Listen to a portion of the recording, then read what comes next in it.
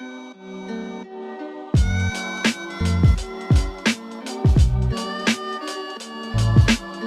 Willie Doo, ones and twos. We got a guest today. It's been much talked about many times, that eventually someone would be sitting in that spot right there. Because I don't know, man. We published a lot of episodes, but the goal was always to meet people, have conversations. Yeah. Like, oh yeah, there's that guy. Hey. That's Peter McKinnon. What's up, man? There he is. Now, we did have in the past, we had Dave Lee come on, but I screwed the whole thing up. Chatter. I messed it up. And so my goal here today is to give you the room you need to breathe. My goal here today is to let the people know about who Peter McKinnon is. Man, I feel so honored. Because I feel like the people they need to know. I mean, I'm happy for them to know. So why don't we kick it off with how it all started? Back, you want to go? How'd you get onto YouTube, man? What happened? Dude, by accident. I always tell people, I was a Vimeo guy. Oh. Yeah. I used to think YouTube, I was like, that's not where artists go. Vimeo is where artists go. A Vimeo elitist. Yeah. So I just thought it was better resolution. The UI was nicer. The graphics looked more modern and updated. Then I didn't pay my subscription one year and they held all my videos hostage. Gone.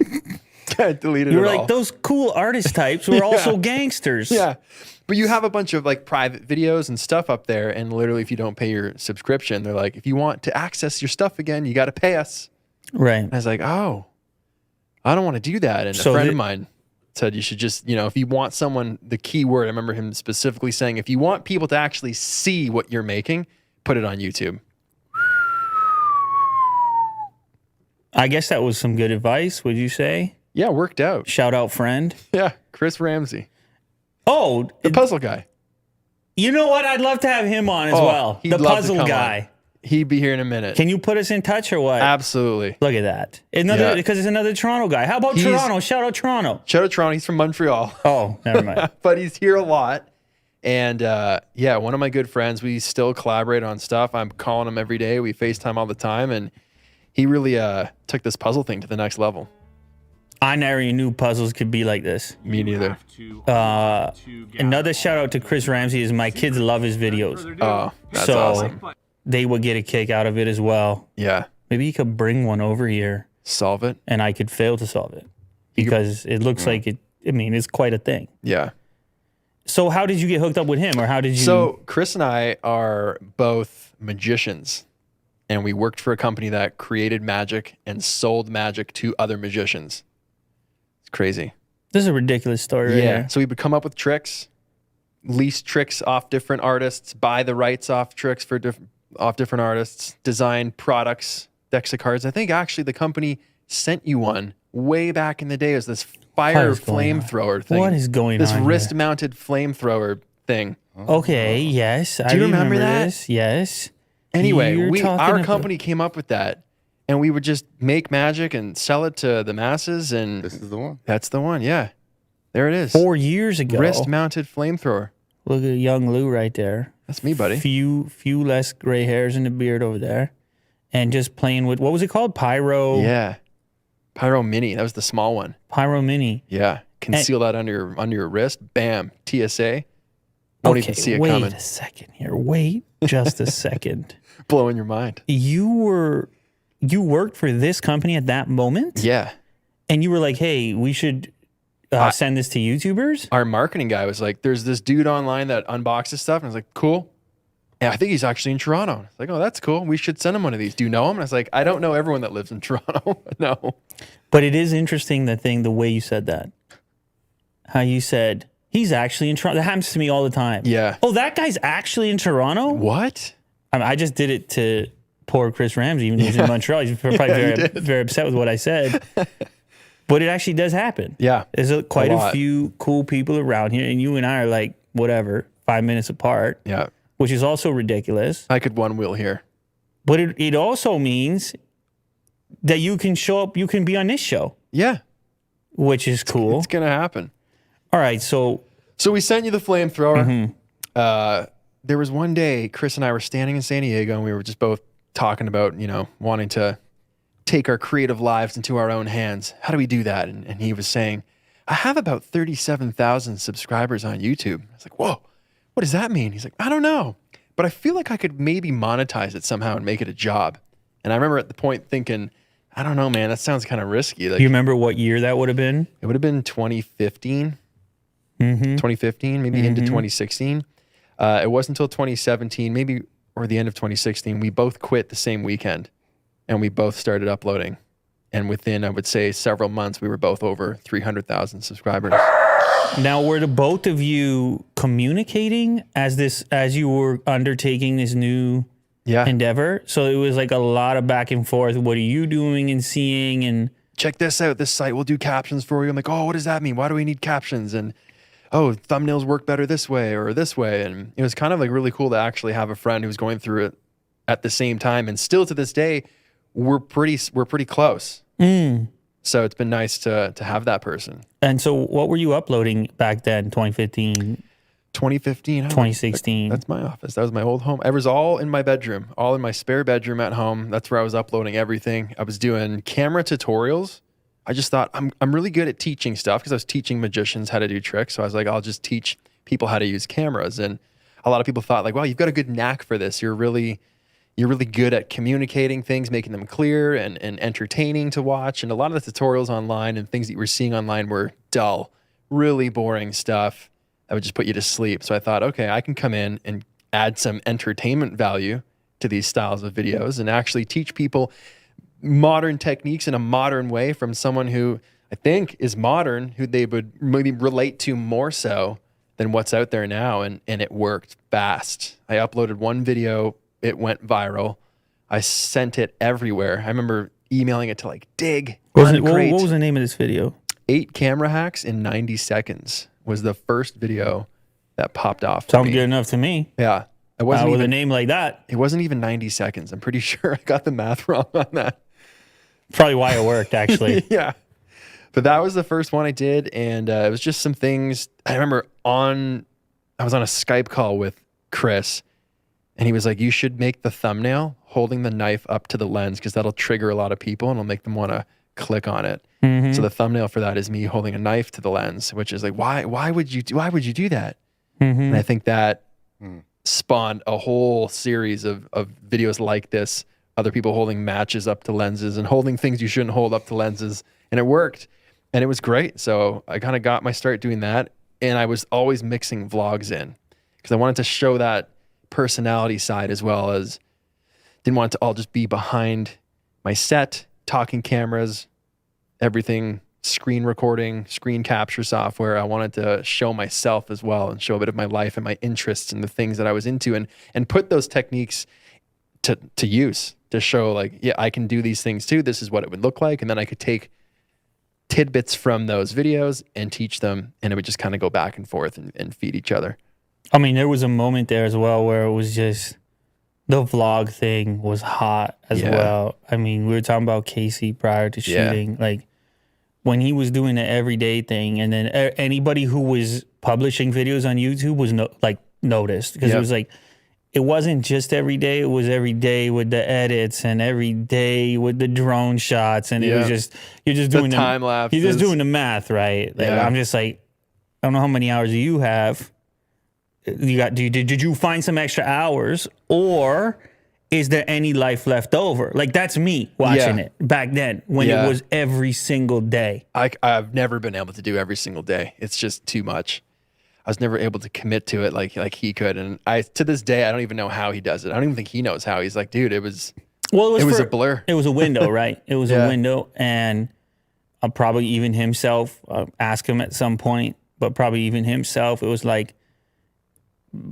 He probably didn't imagine doing it forever like that. Like some of these means to an end kind of thing. Well, but also like some of the most challenging things are temporary. Like you're not. You understand when you're in it that it's not going to be the way it is forever. And it's always changing. Like we were talking about. Like I don't know how long I love vlogging, but like I don't know how long I'll do it for. Like when I'm 40 years old, will I still be holding a camera, like walking through Walmart, talking to myself with my kids? I don't know. I don't think so. I like to think that this job allows me, the freedom to progress and try new things and evolve into new styles of content. So, yeah, it's interesting as well because, like, ultimately we had to make things on a platform that people want to see.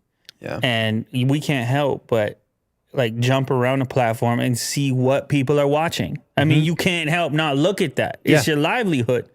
You do your own research. You know what I mean? Do you ever feel like you're trapped within what you specifically upload? Like I can only ever unbox things. That's it. Like if I try anything outside the box, bad pun, it won't work. I just built a box around myself instead. So I'm boxes like, and boxes. even if I don't have the box, I'm in the box. So like the box Finally. portion is satisfied.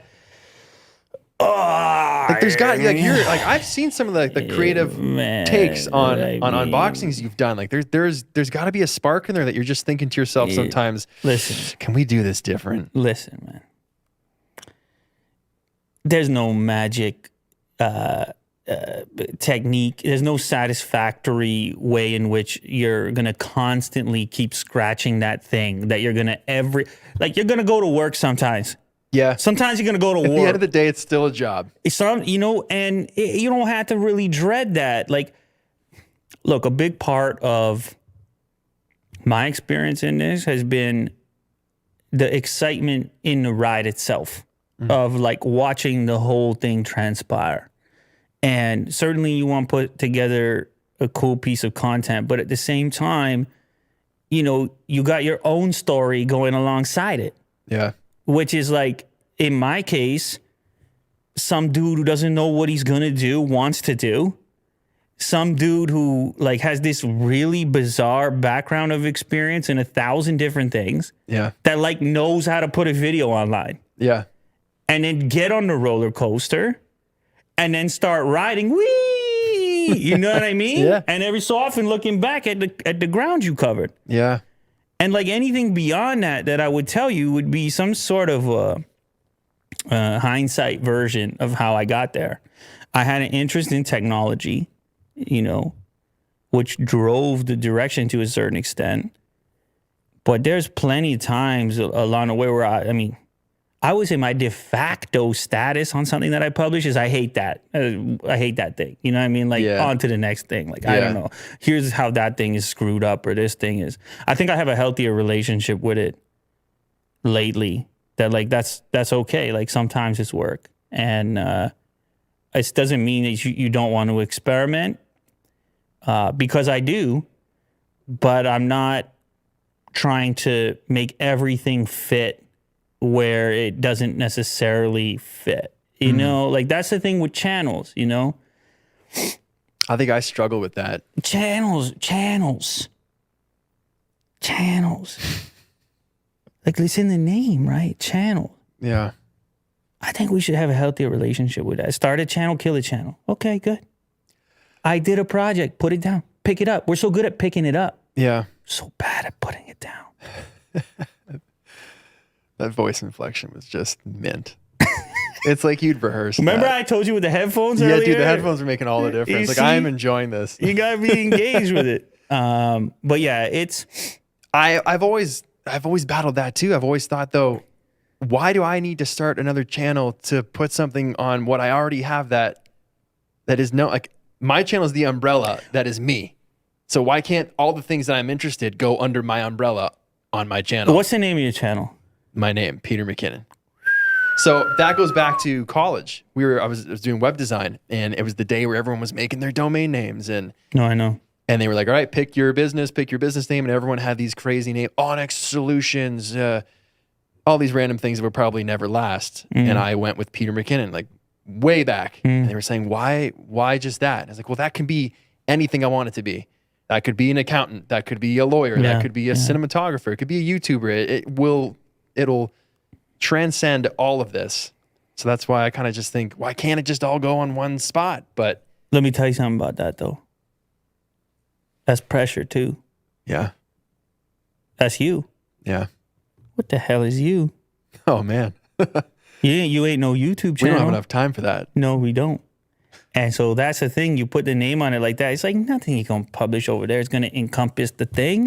It's the same as like somebody starts an Instagram account. It's a name. I mean, maybe the public perception is that that is somehow connected to that individual's identity. But it's what percentage getting to know a person? What percentage of Peter McKinnon it exists on youtube.com/Peter McKinnon? What percentage? Yeah, not even remotely as much as people probably think. Well, because that's all they have to go on. Yeah. But now you're sitting over there. Yeah. And maybe if you talk for many hours on end and the person feels like, okay, that's a few more percentage points. Yeah. But it's hard to be you when you're the broadcaster. Mm. You know what I mean? Because like even this conversation right here, how does that happen on your channel? About you? How does it happen on my channel about me? Yeah. Then you're a narcissist. But I would still try. I would still try to do it. But I think that's where my creative brain and what people expect of me being like the photo video guy. Like I'm the photo video guy.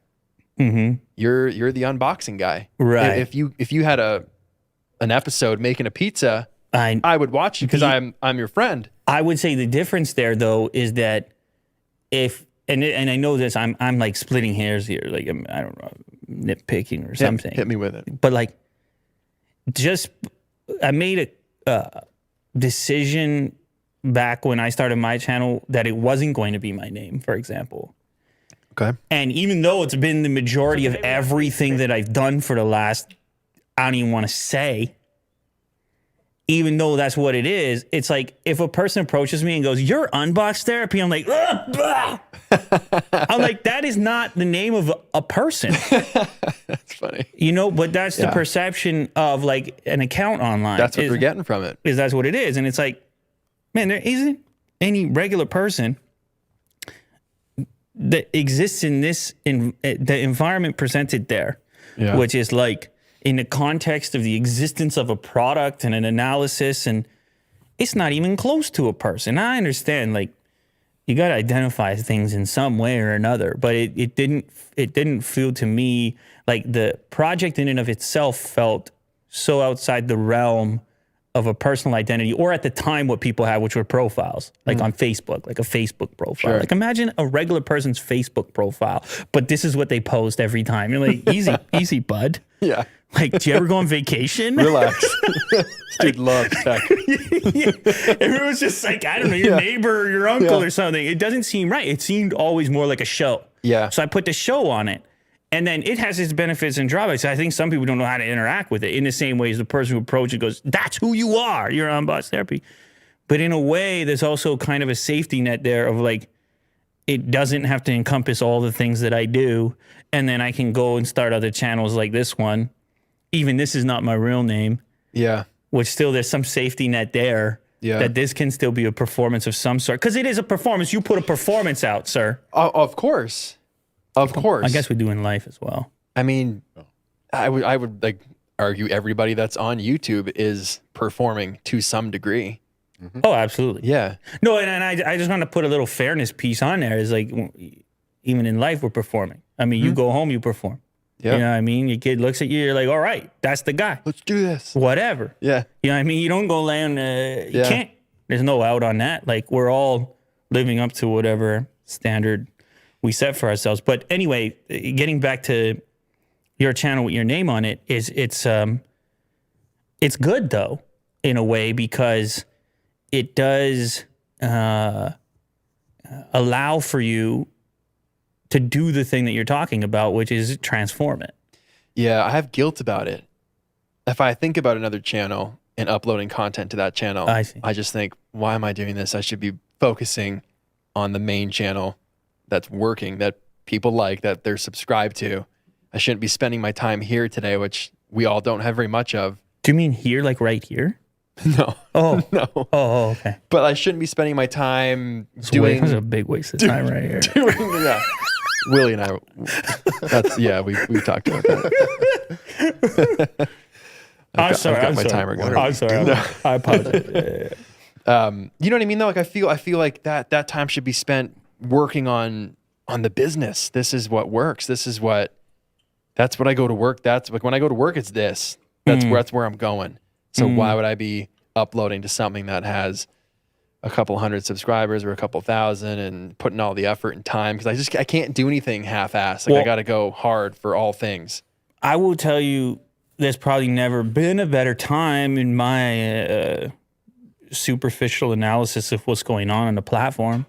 You know, I got a channel with almost 20 million subscribers. Yeah, and you can absolutely. I know, but you ridiculous. can have videos like struggle to hit the million mark. Yeah. As far as interest. Does that ever throw you? Well, Someone told me once you should always be hitting 10% of your subscriber base, and I was like, oh, I'm doing real bad then. No, and I don't think it's any specific number that's necessary. But what I do think is there's just been a transition going on the amount of time that I've been doing this away from the subscription model. And obviously more in favor of the algorithmic model. And there's been all kinds of developments on the platform that have increased the likelihood of new content surfacing as opposed to old content. When I say old content, I mean stuff that you've selected for manually in the form of a subscription, right? I mean, is anecdotal, it's my own experience, but like I recall through various different tracking services that you could like see, for example, how many of your own videos are suggested against your own videos. And I remember an era where like a really high performing channel could have a dozen videos in the suggestion bar next to their own video, an indication that there was some sort of favor for having selected a particular content creator, elevating their content in a multiplier effect greater than the rest of the network. When the home section of the platform continued to become more comprehensive and suggestion based, so like the subscription feed continued to get pushed to the side, all of a sudden all kinds of people with huge followings had to recompete over again every single time, even to reach the people that were subscribed to them. Are already subscribed. Yeah, similar to what was going on other platforms already in advance of that. Now, it's not to say that a subscriber doesn't want to see what you put out, but they probably don't want to see it as bad as they say they do. Because it requires some pretty significant intent right now to go and watch it. And by that, I mean a CTR, a healthy CTR. Just a general intent. Because then that's going to allow the thing to surface for the remainder of the people. So like that early test group who's around, they determine whether or not you're going to see a video as a subscriber, not me. Well, me, because I decided on a subject matter, but I even recognize now that distance, the difference between 1 percentage point CTR is significant enough to slump a video hundreds of thousands of views. At least in my case, the multiplier effect of like, I don't know, maybe this is very inside baseball for people right now, but if you are talking about the difference between like a 7% CTR and an 11% CTR, it's like you may have put the same amount of work into the whole project, but you got half the business out of it. Yeah, that's always discouraging. But it's the game. But that's why I'm saying when it comes, you can take it two ways. You could take it in such a way of like catastrophe, or you can take it in such a way of like an indication that it's time for experimentation, adapting. Yeah, and flipping it over, and not being super committed to the same formula necessarily. Now, granted, if you do the thing that I'm saying, people will be very angry because they'll say, I'm subscribed to Peter McKinnon. Yeah, I didn't come here for this. I know you've changed and love Peter McKinnon. And actually, you know what I miss? I miss the old Peter McKinnon. Yeah. I miss, I miss 2017 Peter McKinnon. He was awesome. 2018 was pretty good too. I guess old habits die hard. This 2021 Peter, I'm not having it. No. Brutal. hanging out with Lou now. Yeah. This guy thinks he's a big shot. Ruined everything. Hanging out with the big dogs. I see how it is. Ever since that conversation, Cool. downhill. Must be nice in that big studio. Yeah. Isn't it amazing how we can write the comments so easily? Yeah. They live there. They're deep inside. Yeah. What is that thing they say is rent free? Yeah. They live in there rent free. They really do. Yeah. You're not supposed to read those comments, you know. I'm 50-50 on it. Sometimes I just get in there because there's some cool people and I like engaging, and sometimes I hop in and I'm like, oh, what have I done? Time to go. Ripcord. Get me out of here. Get me out of here. All right. So, But I like, I'm down for experimenting and trying new things, and being creative is the entirety of why I got on YouTube. So, yeah. So as far as your main channel is concerned here, your bread and butter, your baby, Yeah. as you call it. Yep. What's going on? I'm really liking longer form content now.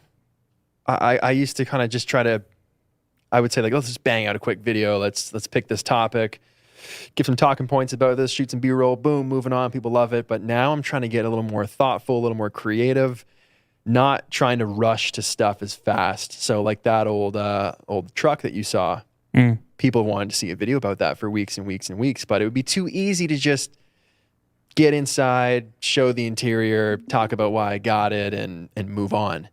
I'm like, there's got to be a story. There's got to be a deeper story. I got to spend more time crafting something that will leave people with some sort of lasting impression beyond that of just cool truck, see ya.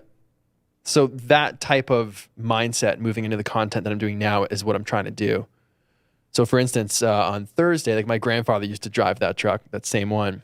So we're driving it up north to find his old shop, to park it in front of, take some photos of it, get them printed, bring them to my grandmother, kind of like craft more of a story or a narrative around it than just like, check out my truck, see ya. And I'm trying to apply that to a lot of the videos that I'm making. But it means less videos because everything's taking longer. What does less mean? Less videos a week. Less videos. I know. I'm talking about numbers. Like oh man. Recently, it's been like one video per week. One video a week, and that's just to like supplement the 5 or 6 I have that I'm working on that are the longer form ones. So I'm kind of just playing with where I'm the most comfortable and the most happy creating. I don't think I can really handle the 4 videos a week anymore.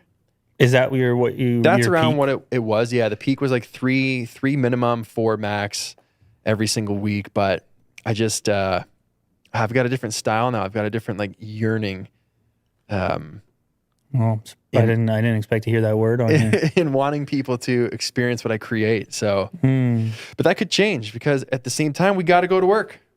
And I can't just go to work and sit around and wait for a video for a week, right? Sometimes you just gotta go create. You gotta just make vids. Make something. Yeah. It also, you get into this weird thing where you've had a certain rate of publishing, like a rate of hitting publish.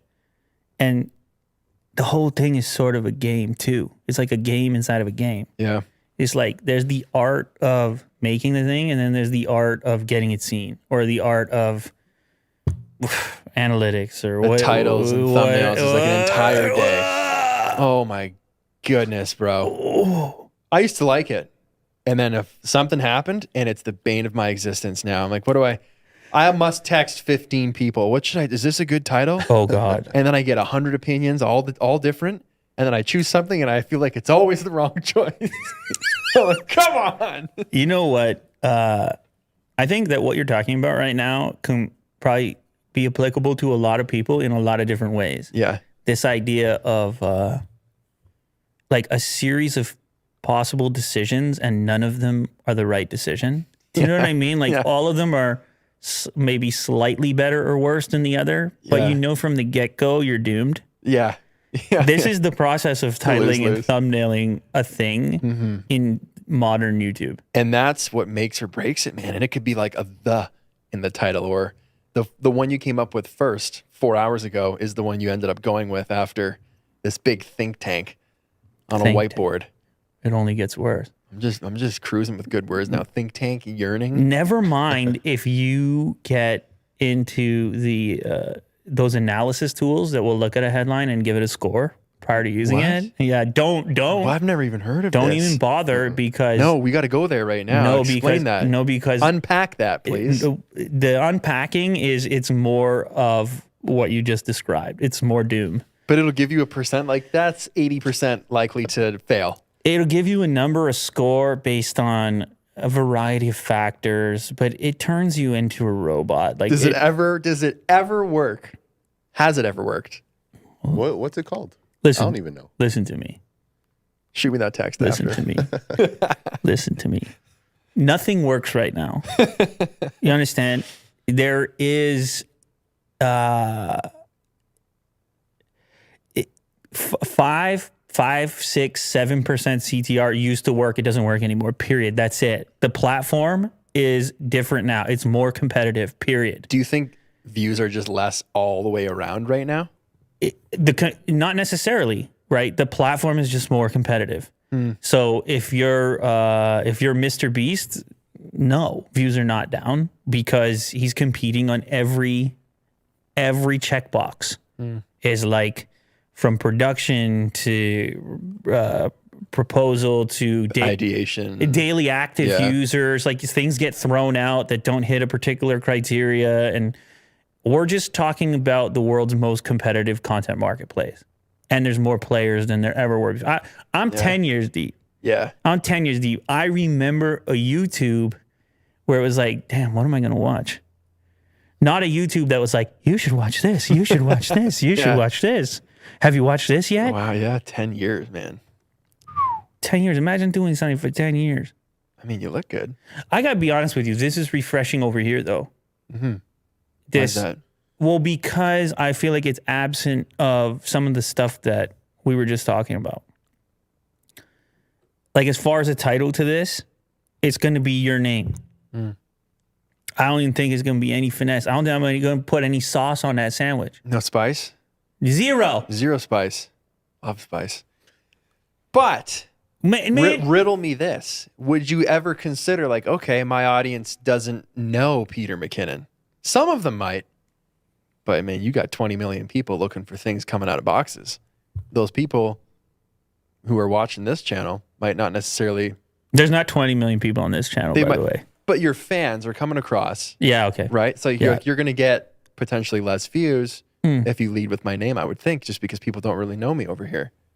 Right. So would that not... No, I have high expectations for your name. Would you not factor that in? Are you putting that in your little online calculator? No, because what I'm trying to say is like maybe that's the second channel thing to a certain extent. Like him and I were goofing around and it is what it is. And we started getting we started to post a couple of things that were maybe not us.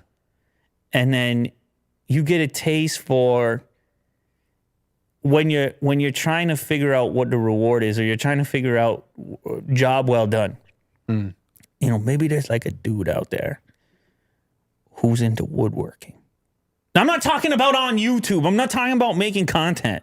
There's a dude who's a guy, and he's into woodworking just for himself. All right. And he's chiseling and he's sanding and he's planing. Yes. These things. Yeah. Maybe there's even a tongue and groove involved. Yeah. There's some lacquer going on. At the end of it, he looks at the thing. He derives tremendous enjoyment from it. He sticks it in his living room. Maybe he smells it every so often. But one thing he doesn't try to do is make 10,000 of them and sell them at the Walmart. Maybe that's not what he decides to do. What if he's an Etsy shop? No, he doesn't even do that. Shopify? No. Okay. Absolutely not. So he does it for himself. You know what? You know what? He can sell it on Etsy. It's fine. Okay. Yeah, it's fine. Like it's one thing that I noticed though is that like when I started talking on this other channel, it's a smaller community. The conversation was quite a bit different. Interesting. Scale seems to play some sort of a role in sentiment. So like if you have millions and millions of subscribers, there seems to be a sort of genericness to it. Will you become like just a brand, less of like a person or just a thing? Then the number can. You would have situations in life where, some kids would approach you and they'd be like, "Oh, that's Unbox Therapy. He has 15 million subscribers." They would tell their friend. Yeah. It's like the number in some way precedes, like the Black Mirror episode or something. Yeah. The number precedes the actual number is some sort of identity check. I had that experience literally 2 days ago with like a 7-year-old. Do you have a YouTube channel? Yeah. How many subscribers? I was like, I don't know, like 5 million. They're like, oh, so you're legit. You're a real channel. You're Right. a real I person. was like, oh, okay. Right. Good thing it wasn't less. But it's like, in some ways, there's a kind of refreshingness to maybe just skewing the metrics ever so much. I'm not saying, like you said, you got to go to work and you got to put something together that people actually want to see. But like, let's say I put Peter McKinnon over there because I feel like it best represents the thing that I'm doing instead, Sure. and take the pressure off the sauce. Maybe just on like a personal psychological health aspect. There's some sort of reward to that I can take the oxygen gained from that post and then bring it to the saucy stuff. That's deep. Like It makes sense. like a content meditation. Do you know what I mean? And and I should add something to that, which is conversation. Like even before you got over there, I was like, we should do this segment. We should do that segment. I'm like, bleh. Yeah. What if you're just there Just let it ride. and I'm just here? Because this is what would be happening if there were no cameras. We'd probably still be having this conversation. If I just sat down and we were having some water and chatting, this is more than likely what we'd be talking about. Well, now that you've said that, we can't possibly proceed. It's impossible from there. Okay, with regards to the platform and things changing and channels, what do you think of shorts? I'm just starting to experiment with them. I made 2. One was here.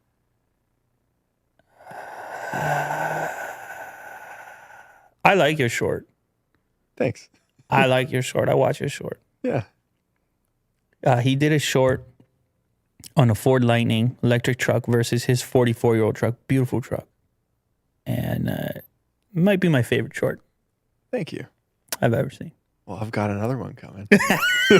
Stay tuned. Stay tuned. You know what? You know what actually I really like about this short is where you chose to shoot it. Yeah. Yeah. I wasn't the fondest of the location. I felt a little claustrophobic shooting it. You felt like the ceiling should have been Maybe a foot little? high. Yeah, yeah. Right. I felt like it could come down at any moment. Yeah, no, I hear you on that. The thing with me and shorts is I feel like it opens up permission to be more creative and try more things with less pressure. Kind of like what we were talking about. It's a bit of like, oh, this could be a little bit of a solution of making some of this content that is unrelated, but it's just short. It's just fast. Yeah. I'm conflicted on it. Yeah, I can see that. I'm conflicted on it Why? because I don't know why it is. Maybe it's the age of my kids right now, but I get worried about the attention span. Like I get worried about just the next. Keeping up,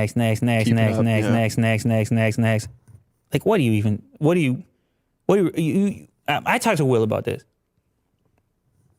You spend an hour on TikTok. Somebody comes to you an hour after and goes, "What were you just watching?" Yeah, pixels. I don't know. I was watching my own thumb go up and down the screen. I don't know what I was watching. Yeah. Endless. Now you see that as a bad thing. That's the way media seems to be moving forward, man. I don't know if it's even Less attention, like everything's faster, more convenient. I don't want to sit and watch two guys talk about stuff It's for funny. 20 minutes. I want to laugh I know. now. Move I know. next. And I toy with it because I can't help it because I see it. Will do something. He'll show me like a YouTube short. He'll do this to me. He'll crush you like this? He'll show me a YouTube short with 186 million views. Oh, I know. He'll show that to me. Well, And I'll be over here sitting on this chair with this microphone saying, no, man, we're going to be about something else. Mm-hmm.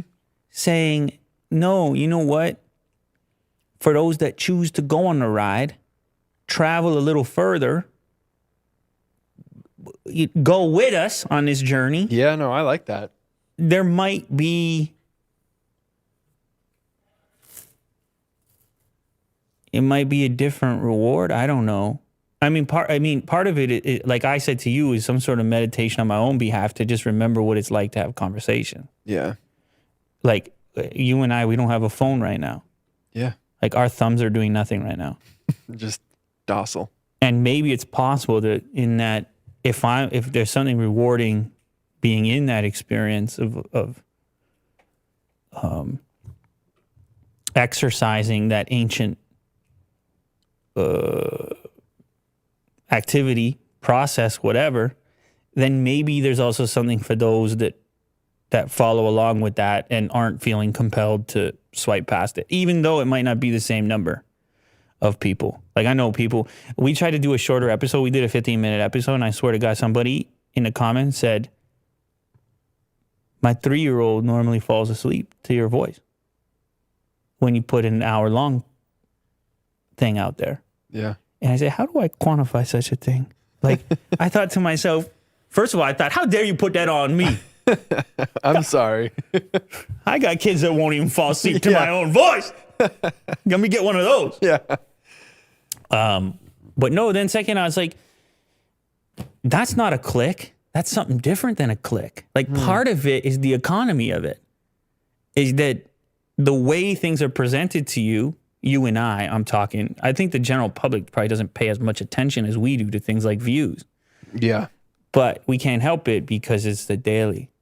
And, but ultimately, like, he can show me 186 million, and I have the same problem that the kid that approaches me and shouts out how many subscribers I have.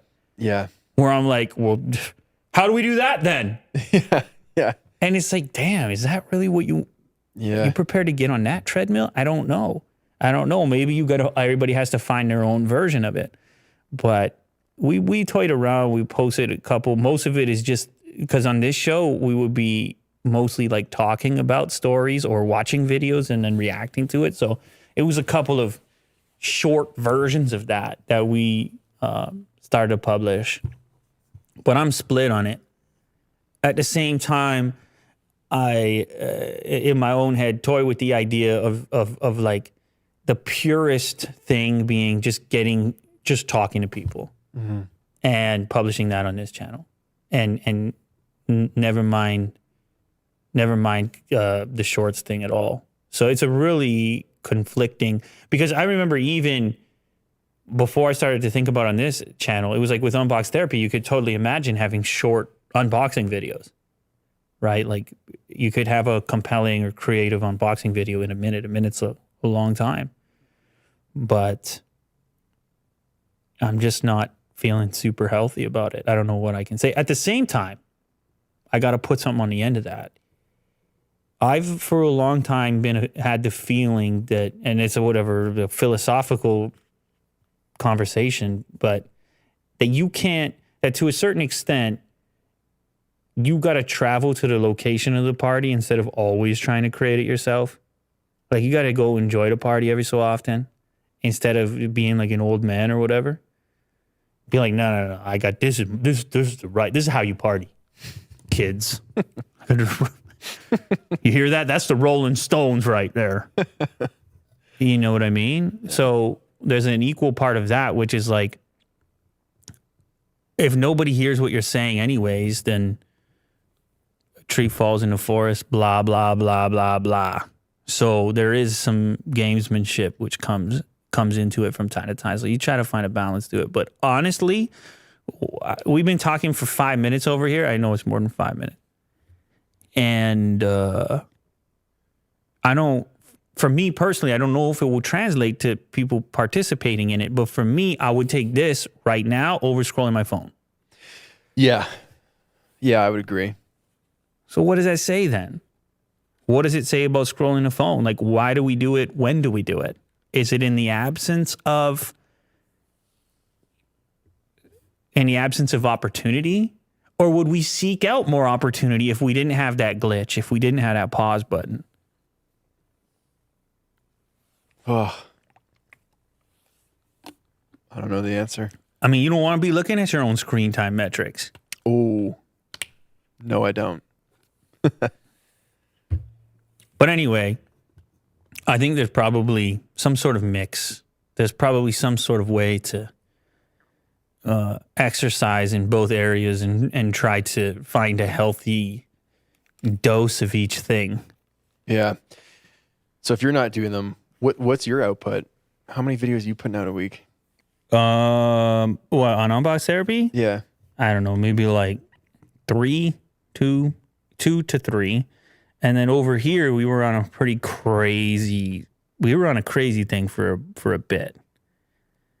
What was it like? We were on a crazy thing for a bit. 20 videos a day?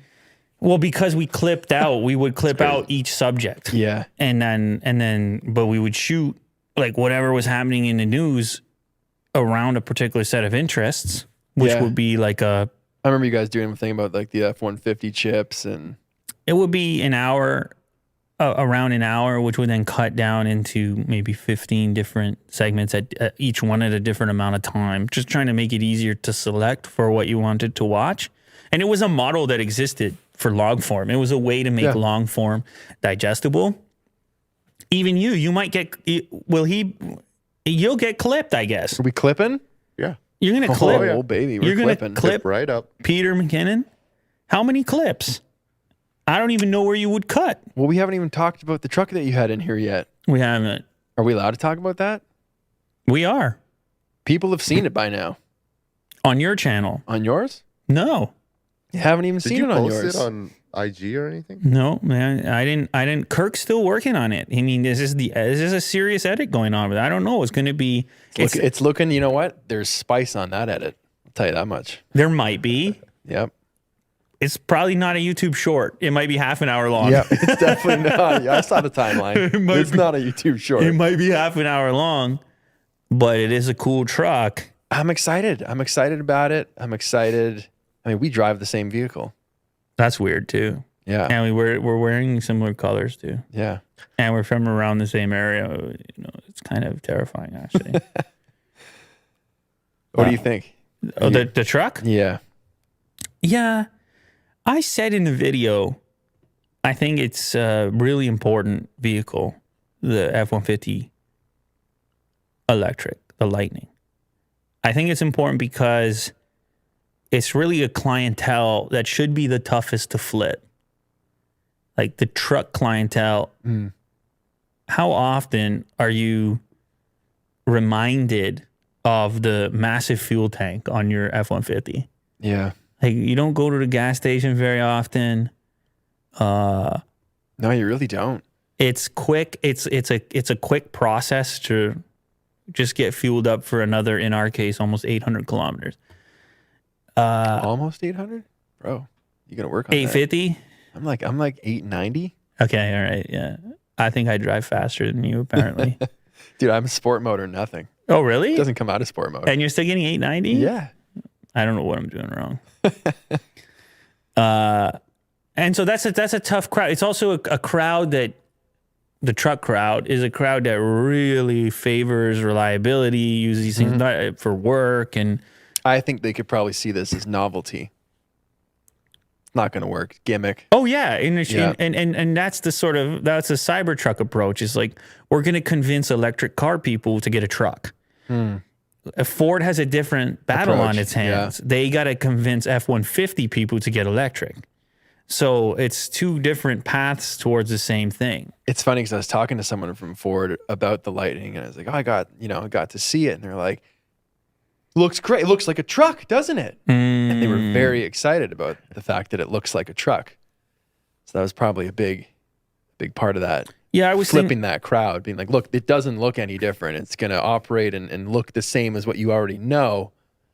That's a big deal. I was thinking about that thing, about how you would hear about these tribes where like one dude would decide to get flamboyant or something.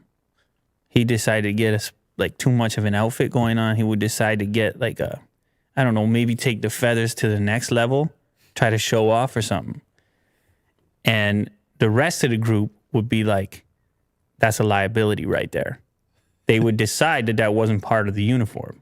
And of course, there's all other examples of this, like why do people wear suits and ties, or in the military, why do they have a uniform? Things like this. I feel that there's probably like a similar element to that, where the truck is sort of a uniform of a certain, well, I mean, you could put it to a certain occupation, but also just a certain way of being to a certain extent. It's like, it's utility. It's representative of utility as opposed to, although we have pretty superficial trucks, you know that, now that I think about it. Ours? If you get a Raptor, then you're kind of playing both sides. Yeah. You kind of got some feathers. You're kind of wearing some feathers. I don't see many like foremen. You got an orange one. Your next one is orange. Yeah. I put the extra feather on the next one. You don't see any like sight supers rolling up in a Raptor. You better be careful out there on those trails. All those feathers. You're gonna just wait. I'll bring it over here. No, I love it. I'm sure. I mean, it's definitely cool, but it's funny. The like fancy truck thing is relatively recent as well.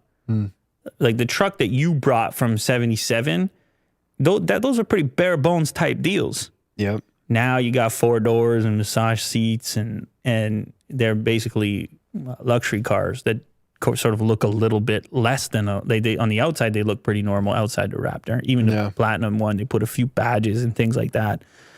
But the Cybertruck is a whole level of feather commitment that is beyond the scope of the general public, and it's more in the realm of supercar level head turning, maybe even beyond. Yeah.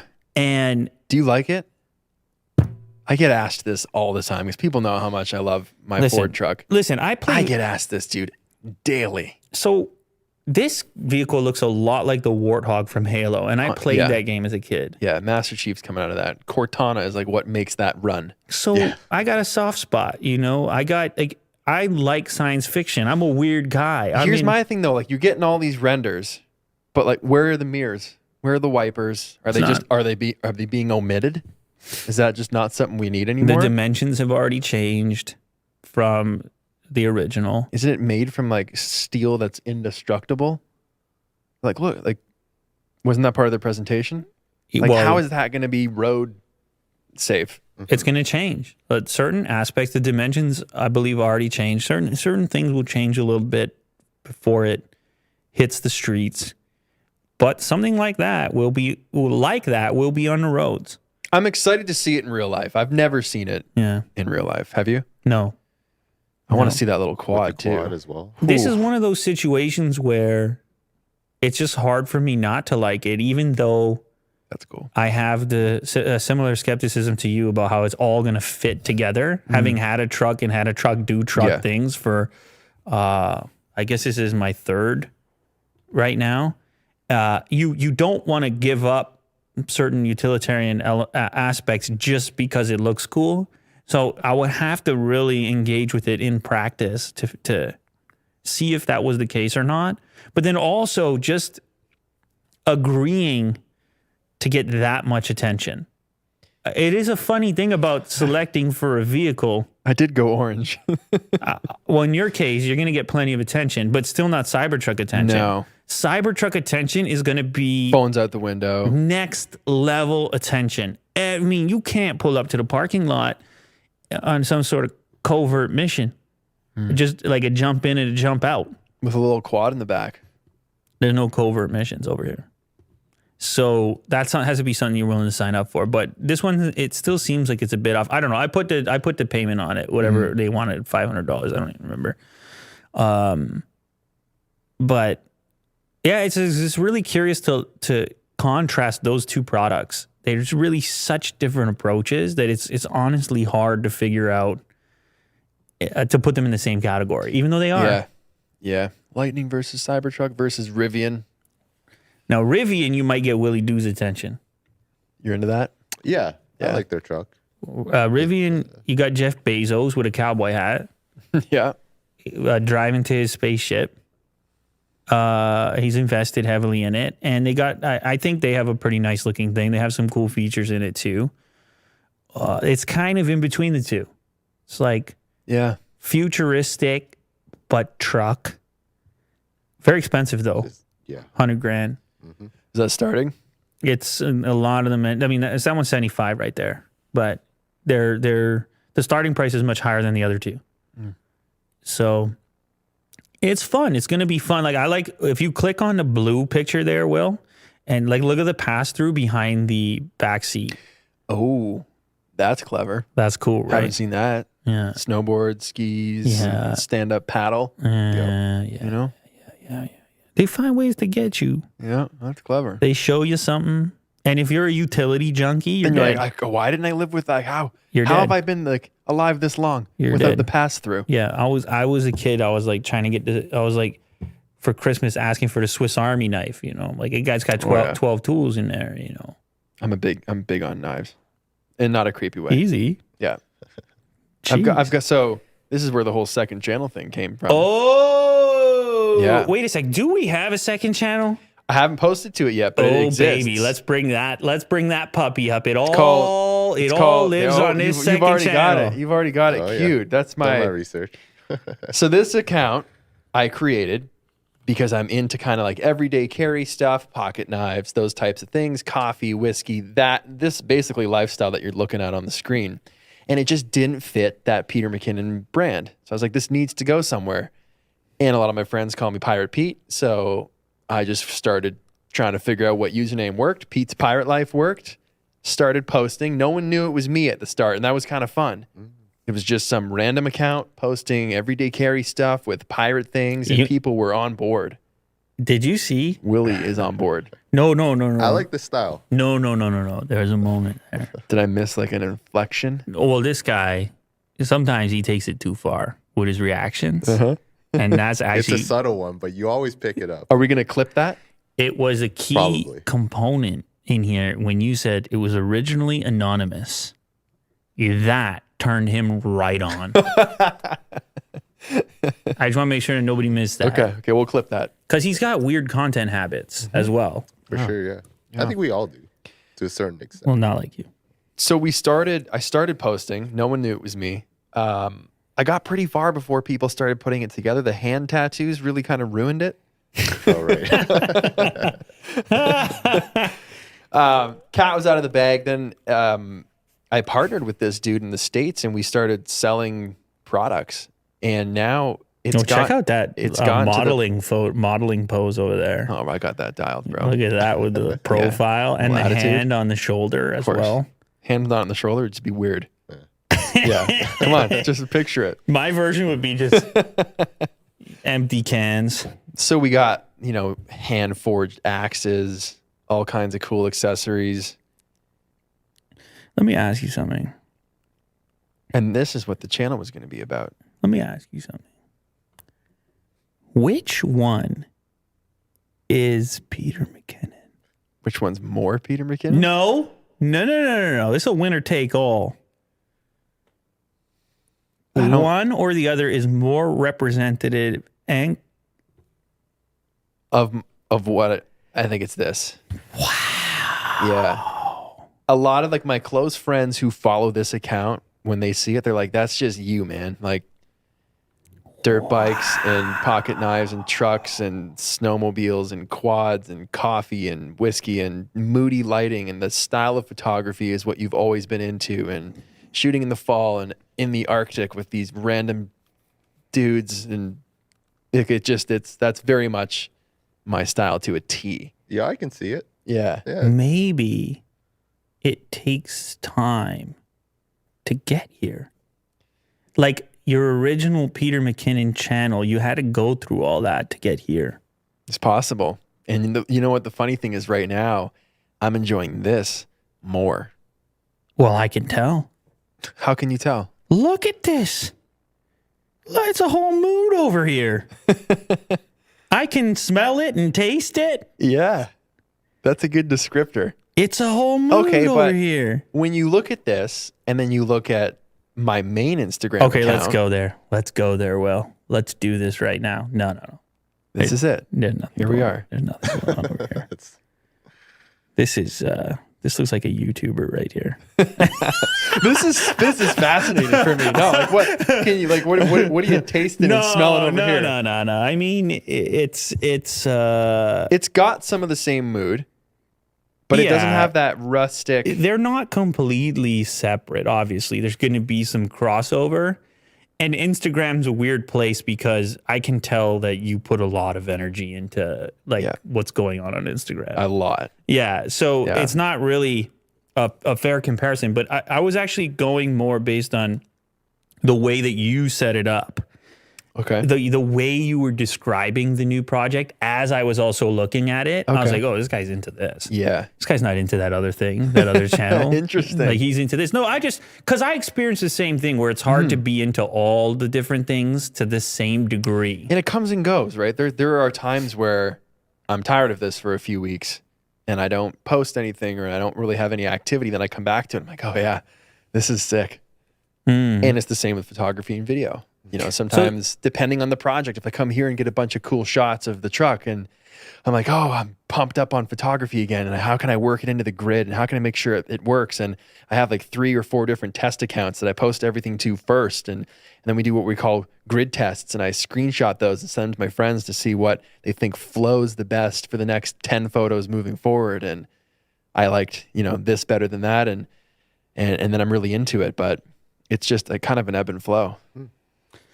Yeah, it's I don't know what struck me about it was the fact that your first project on the internet in the world is your name, and then your second project is an alias. Mm-hmm. The project which may reflect more personally. Yeah. It's interesting how these things transpire. That is interesting, isn't it? That you might think it could go in the opposite direction. Yeah. There was early days of social media. People were very careful about their identity, and there was a lot of anonymity, which is the thing that made Will smirk and get turned on. Yeah. I mean, I remember when face reveal videos were a thing because everyone was shooting videos but not showing Face themselves. reveals. Forgot about that. And it's interesting that your progression took you to a slightly more anonymous place in name and in even revealing who was responsible initially. And yet, It would have been even more anonymous had the original usernames been available. go ahead. Like I wouldn't have gone with Pete's Pirate Life. I probably would have just had something to do with Pirate Life that was easier to not attach to somebody. You would have preferred for it to be even more anonymous. Yeah. You see that? How you're trying to escape? Yeah, I feel like I'm learning a lot about myself in this podcast. You're trying to escape what you built, right? Yeah. Because that you built your own prison and you're Yeah. trying to escape it. I've heard it put that way before. No, we all do. Yeah. I'm not. This ain't not. We all Yeah, do. no. It is what it is. We all do. And it sounds like a really negative way to. I've even crafted my final video. If I could ever have the last video I ever post, I know it would be sick. Wow. It would be sick. I would love, and it stemmed from something. We were in New York shooting a project once for this company I was working for, and everybody was walking like a couple feet ahead of me, and I got a phone call, so I hung back a little bit, and they didn't even bother to stop to look to see if I was still behind them. They just kept going, and at this point, they were like blocks ahead. And I had the thought for a moment, like if I just went back to the hotel now, packed all my stuff, made my bed, because that's what's really weird about the whole thing, packed all my stuff, made the bed, left. When these guys came back, they would find a made bed, which would freak them right out. All Pete's stuff would be gone.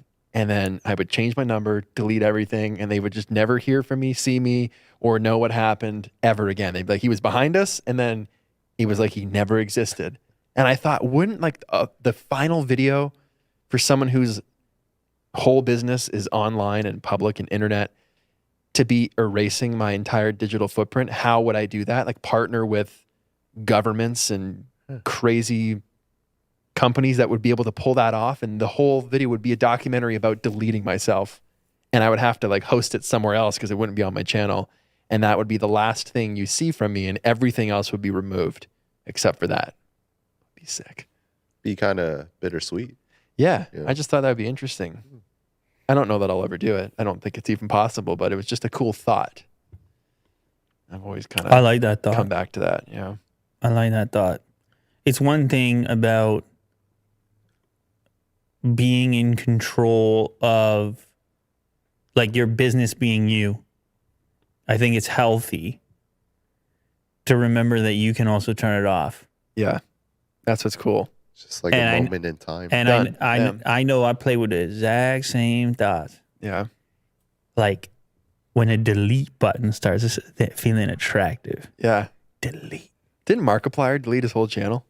Did he? He's like when it gets to, what was it? You should look that up.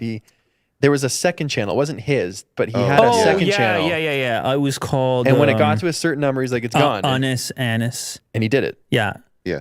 Yeah. Love that. It was for a year. The idea, the concept was this. I think that's healthy psychologically. Well, you said that at the very beginning. Deleting channels, starting channels should just be more of not a huge thing. Willie Doo just mistyped the thing, and we'll take it easy. Be careful over there. It would be nice. I think it could be a really healthy landscape for experimentation if there were, and it's mostly our own faults in that, like, we are the strictest prison guards. I often say that. Talk about the prison from before. Yeah. It's like, Jesus, why do I do this to myself? Why do we strangle ourselves all the time? I tell everybody I worked my whole life to get away from like working for a boss. And you're the worst boss and I'm you the could worst ever boss have. to myself than I've ever had. Amen. Yeah. Amen. And so I think that's a big thing that keeps us from like just treating the whole thing a little bit more loosely. And certainly in the early days, it was by nature that way because the foundation wasn't so robust. And so it was more attractive or reasonable to approach things in that fashion. And so there's a whole like untangling effect that it's probably not exclusive to us. It's just anything that you do for a certain amount. You get people who have do startup businesses and then they sell it and then they go do another one. Like that feels Once that's gone, sell it, move on. That feels That's exciting. What's that life all about? We get to do that again. We get to start off. But your channel's Peter McKinnon. And your unbox therapy. You see, but I'm feeling like maybe. Is it possible? Let me ask you this. Sure. Hit me. Could Unbox Therapy have a different host? No. Same question for Willie Doo. No, I don't think so. When I hear Unbox Therapy, I think of your mannerisms and all like the little things you do when you guys are crazy, man. Unbox Therapy could have another host. No. Yes. No, I don't think so. Absolutely. I'll just be sitting over here on the leather couch. No. No one would do it like you do it. Well, maybe it would That's what people look forward to. When you're looking at something, you're like, It could be something different. I'm not saying it would be exactly the same. Why don't they put it in the box? It should be in the box. Just saying.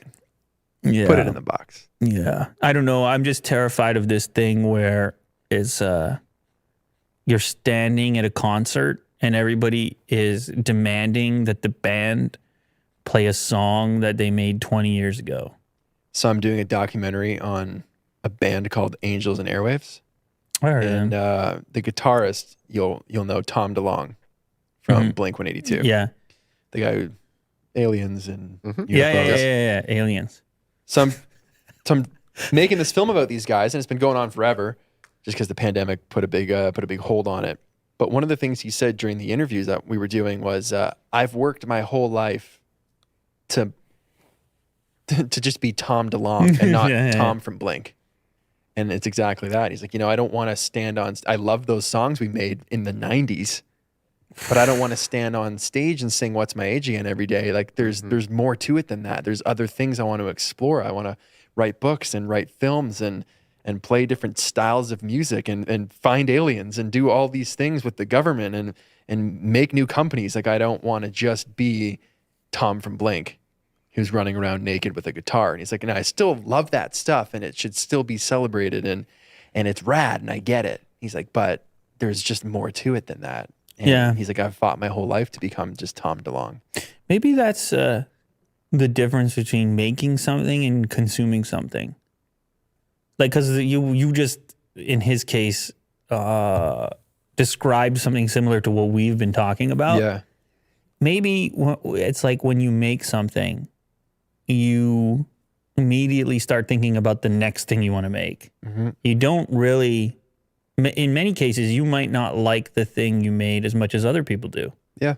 They may like it more than you do. And so because of that, part of that process is like putting things down or wishing that you could, because the motivation to create the next thing requires you to not be fulfilled with the last thing. Yeah. That You makes kind sense. of have to push the last thing away in order to create space for the next thing, even if it's on a specific channel. That reminds me of, when Casey stopped vlogging, he used the analogy of swinging through a jungle on vines. And he's like, and to get to the next thing, I have to let go of the vine I was swinging on to get to the next one, or I won't get further ahead Right. to where I want to go. Yeah. So it kind of reminds me of that, just like letting go of the thing. Being a requirement. But then Yeah. as a content consumer, you're kind of experiencing the thing from a different perspective. You're experiencing the thing in a more, first of all, faster. You spend less time with it because the finished product is often far less time consuming than the creation of the thing. Yep. And you're bringing your appreciation to it, and you're assuming that the person who made it has the same level of appreciation for it. And so when you're clamoring in the crowd to play the thing, you can't understand what the problem is. Mm-hmm. Didn't you love it as much as I did? Yeah. And maybe the answer is no. Yeah. Maybe you never did love it as much as if you were completely disconnected from it and you could have experienced it minus the process of making something, burying something, and making something else. Yeah. I don't know.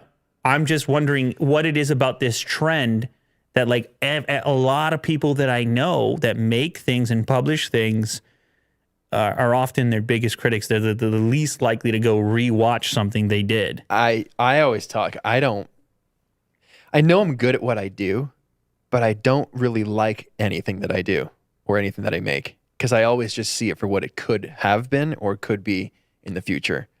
So yes, I know I can make decent videos and I've made great videos, but I still just see them as things that I did wrong that I could do better in the future.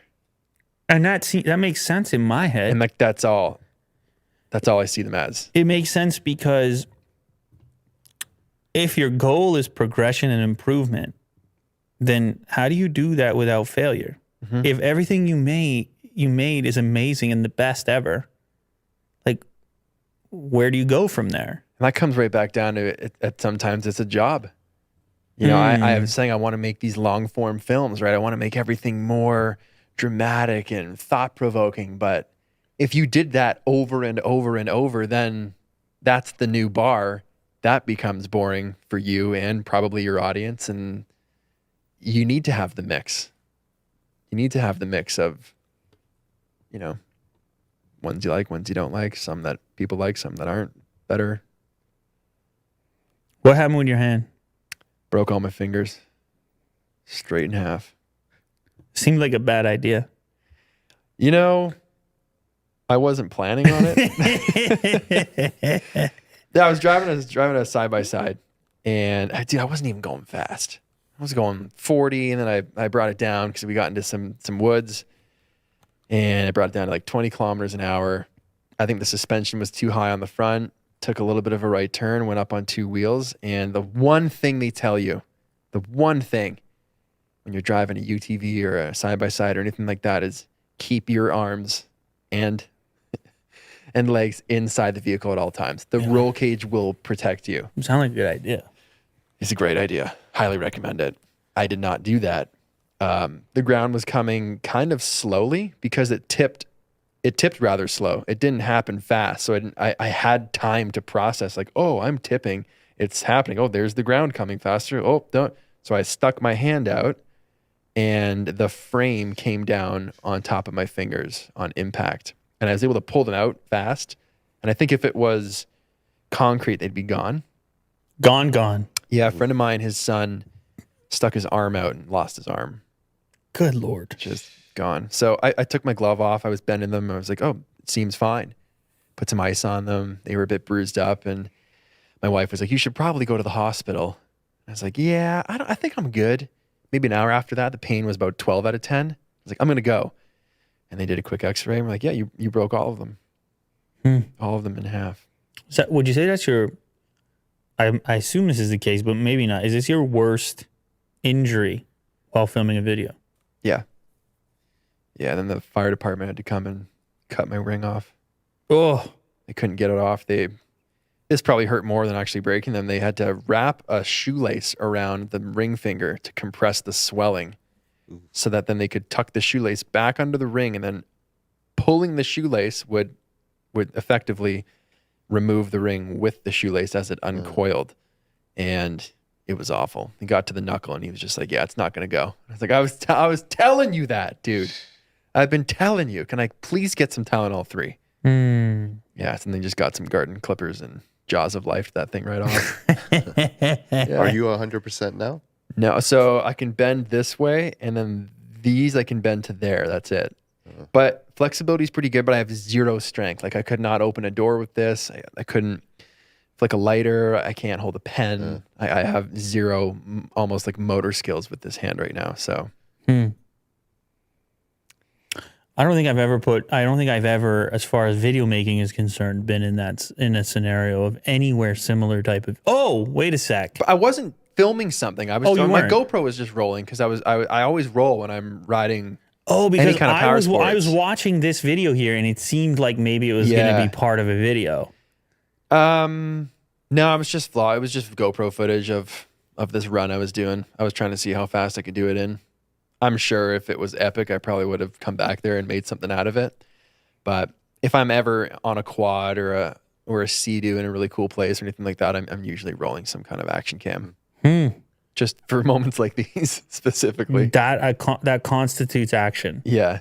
That is certainly action. I'm curious about your tattoos. Are you going to get them?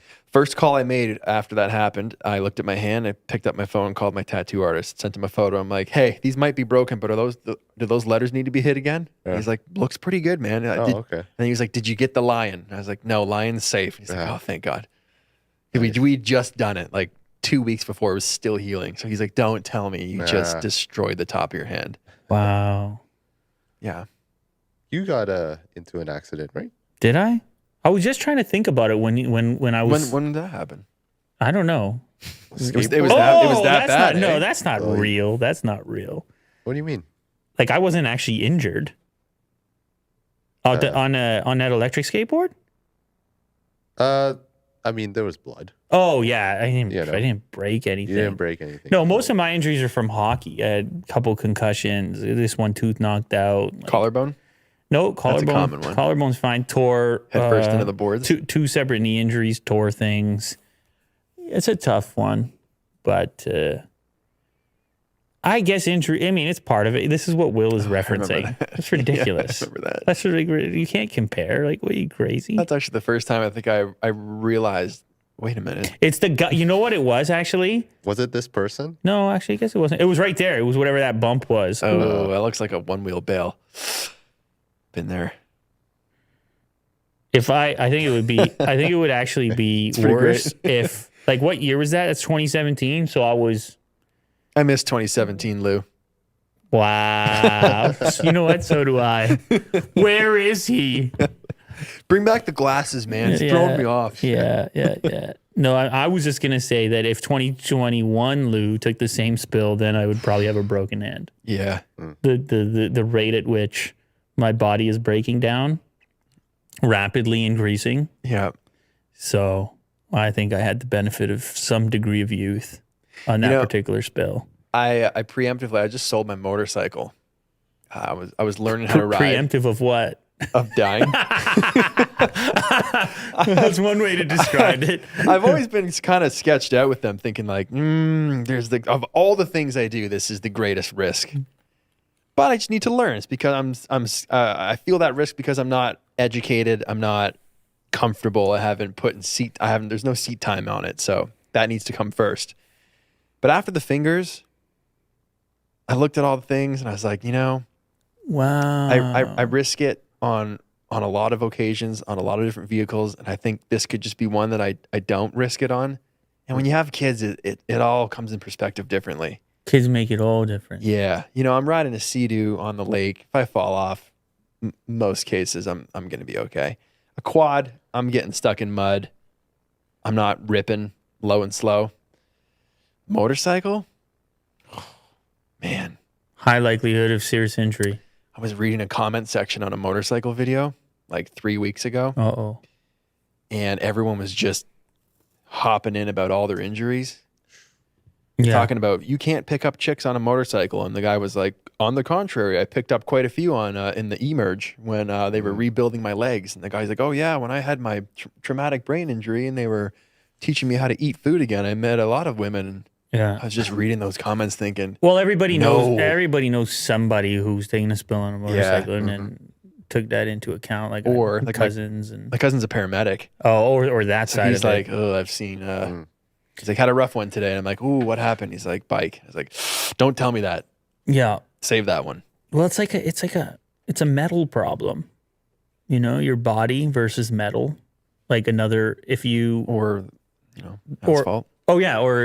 These materials. Or I guess you could against a truck or another vehicle. Yeah, well, like a friend of mine sort of T-boned the side of a car on a motorcycle, went flying over the top of it. It's your body. Is he okay? Yeah.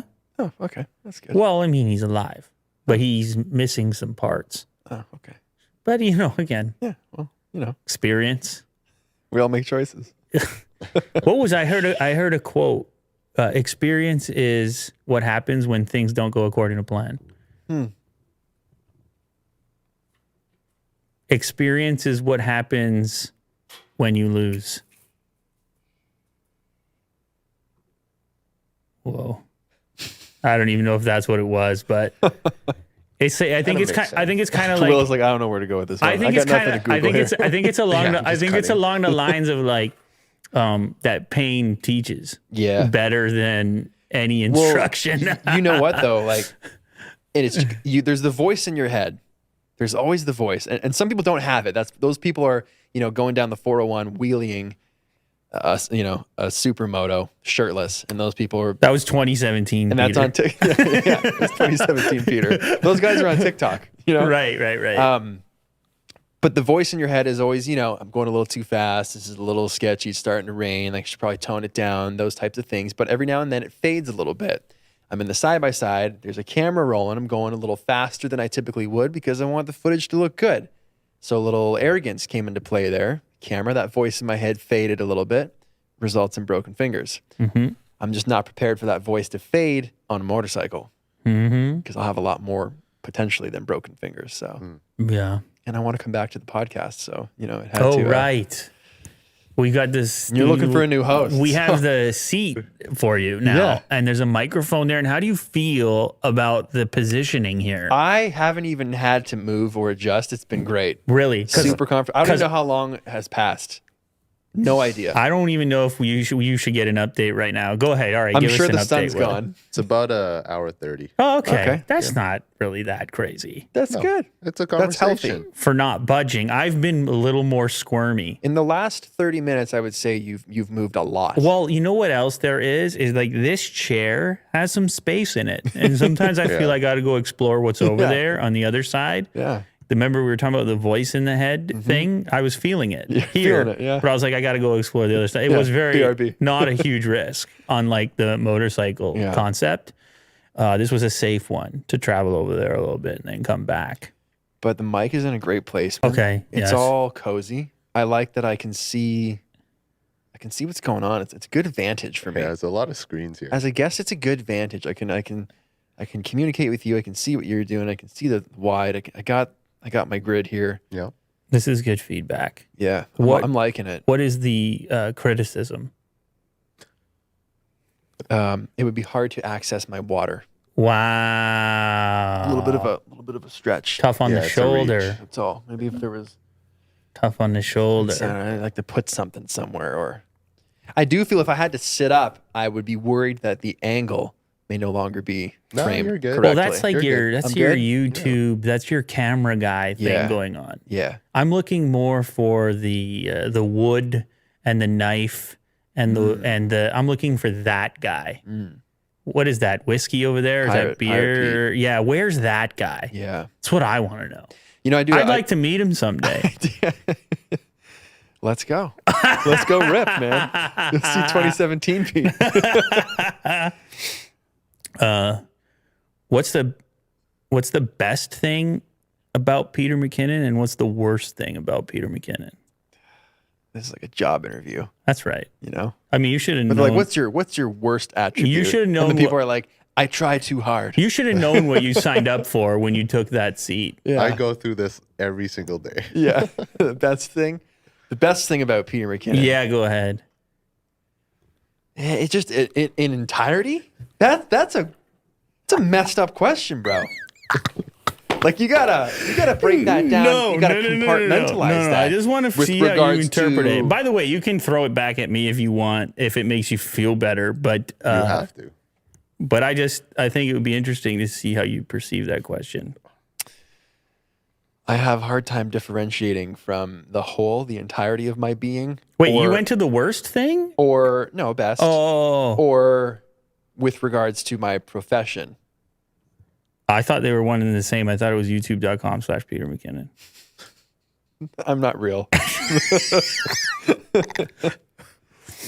Dude, I don't know. That's gnarly. That's why. I mean, this one of those is things where you just- content. That's This- one of those things where you just get stopped and you just don't even know what to do with it. I got hit with one of those the other day. yeah. I got hit with a haunting quote that bothers me. My wife's like, please stop reminding me of that. This dude commented, what if the shirt you're going to die in is already hanging in your closet? Oh, And I was like, oh, I don't like that. Mm. But Well, you could look at it two ways. That's like Yeah. the thing. I remember I was getting that genetic testing, like 23andMe, and my wife was like, "Well, what if you have like a trait that indicates that you're going to die of some illness soon?" And then the philosophical conversation comes up of, like, would you want to know if you had a finite Yeah. number that's- of days? It's going to change the Because I the feel like that's trajectory. a similar area. Yeah. You could look at it as So- a positive or a negative. So, would you want to know? Would you want to know when you're going to die? No, What if it was really soon? I'm good. If it's soon, then I'll find out soon. No, but it's not so much about finding out. It's about how you would, what you would do in the days leading up to it. No. No, I'm good. What if there was something you could do to change that reality? Yeah, that gets messy, man. All It's right. not that easy. Oh wow! All right, we're hitting a nerve here. There's a few consecutive no. questions that have been unacceptable. Don't you dare Hard questions. bring that. I don't want to. I don't want to trash me. deflect. I don't want to deflect. But Okay. the worst and the That's best good. thing. That's good. You go first. The worst, or I'll start with the best. I would say the best would be consistency, persistence, something like that. Okay. keep hammering just keep coming back. Like, is that guy again? Mm-hmm. God damn, are we done with him yet? Okay. Is that guy still there? Yeah. Him? Like that part of it, that like I feel like I can get punched a lot. I'm not talking about physically, but like get punched a lot and keep coming back. So like almost to, or I suppose I'm not going to do that thing of flipping that into the worst thing, but it can be unhealthy as well. It could be. To submit yourself to the punishment of that. And that could be A and B. And no, I'm not going to do the A and B thing because it's a cop out. It would be sufficient. I'm going to do the A and B thing. All right. Give me the worst. The worst aspect, I think, would be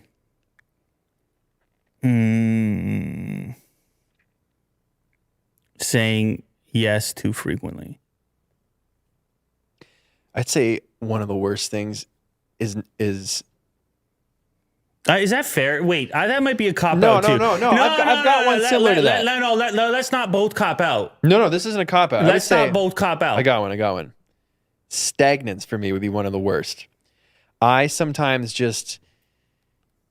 I have a bad habit, and it would be one of the worst traits because it bleeds into lots of things of just avoiding and letting things, not saying yes to everything, but just not saying anything, but I not do that giving too. the answer. I do that too. And then just not addressing, sweeping things under the rug. I'll do it tomorrow. Is that procrastination? Is that it what all it kind of is? wraps into that? That was probably one of the worst things about me. Like how long did it take us to do this podcast? Procrastination is bad, but it might just be a consequence of doing a lot of things. I struggle with it a lot. So I'm not sure if it's a cop out or not. And I'm not sure if we both just copped out because I feel like we can be nastier to ourselves. We did talk about that. Than that. Like I'm like, I can take all this punishment. I'm like, I say yes too much. Yeah. I'm very upset that was my answer. Can't go back. I can't go back? You're done. You answered. Oh. Yeah, you're done. Bro. God, you're done, bro. Really? No, this isn't. All right, fine. I'll think of something before some next conversation to hate myself more. I'll figure something out. I promise I can do better. I promise I can do better than that. Okay. Than whatever the hell I answered there. I would say the best thing for me might be kind of, what would you call it? It's just like a constant high of like good energy. Oh. I'm always pumped and let's go. Yeah. Let's go. I'm always that guy. Yeah, it was a lot of people see it online and they go, that's gotta be he's not like that in real life. And like, no, I am. Like let's go.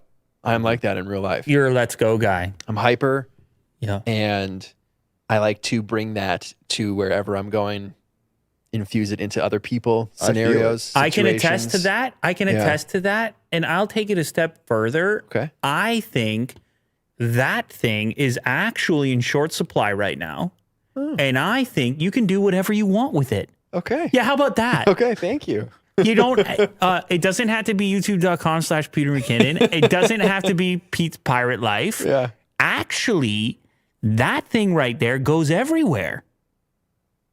It does. I think it's a great starting ingredient for almost all things. In the mixing bowl. It's you put that in the mixing bowl and it's hard to go wrong. It's the starter for the bread. The kids were baking cookies last night. So nice. They took a Lindt dark chocolate for the chocolate chip cookies and they broke it up, and it was actually you can buy a Lindt dark chocolate which is salted. I'm not a dark chocolate guy. That doesn't even make sense. You claim to like coffee? That doesn't even make sense. You love coffee. These are the flavors. These are the bitter flavors that we're looking for. Yeah. No, I'm not looking for those flavors. Anyway, they put salt in it. That was a thing. That probably tastes great. They put salt. How much? Salt. No. I'm saying Lindt puts salt in the chocolate. It's a salted chocolate. I don't know if you've experienced or seen something like this. Okay. Fantastic. So then you take the salted chocolate, you break it up into pieces, you put it into the chocolate chip cookie. It's a great place to go. Yeah. So, yeah, that's the one. Sea salt inside the chocolate. Oh, yep. Shoppers Drug Mart right there. Bro. It's a whole time. They got a whole aisle for those. Yeah. That's a whole time right there. I could eat one of those little thin rectangles. It's the in shape. like 2 bites, bro. You ever Yeah, get into It's food? great. Yeah. You got into it. Yeah, I love, yeah. To what extent? Well, my wife and I started another secret Instagram account taking pictures of food. You got a weird Instagram thing going on. You know that? I just love taking photos, Is man. it a secret? It's gone now. It was. Oh, okay. But I just love taking Wait a photos. second, And I love wait taking a photos of food. Can we slow down here? You're throwing a lot out there. Also, one of my best friends is an award-winning best-selling chef. So Oh, yeah. You're throwing throw a that out lot there, of things. too. You're just throwing these things. yeah, I'm like fireworks, man. It's Before they going- dissipate in the air, you got to grab them You're for the next one. throwing the things out. Okay, first of all, you had an Instagram account which is now gone. Why does it have to be gone? It was just too many things. We had kids, and then we couldn't find time to cook and photograph all that stuff, and it just wasn't a priority. Those for are us. wild, aren't they? Yeah, they can be. Those kids. That's actually when it stopped, because it was just like, hey babe, can you make something epic and I can take photos of it? No. I was like, oh, okay. There it is. That was fun. That was fun. Is this a metaphor for the entire relationship? No, not at all. No. I had the easy job, man. And she would do all the prep, all the cooking, style it, garnish it, and then she'd be like, it's done. I'd be like, I'm joking. see ya. I'm joking. Yeah. I'm having fun here. Yeah. I'm just joking. It was, yeah, she's a But great, why did you feel great cook. why did you feel the need to delete it though?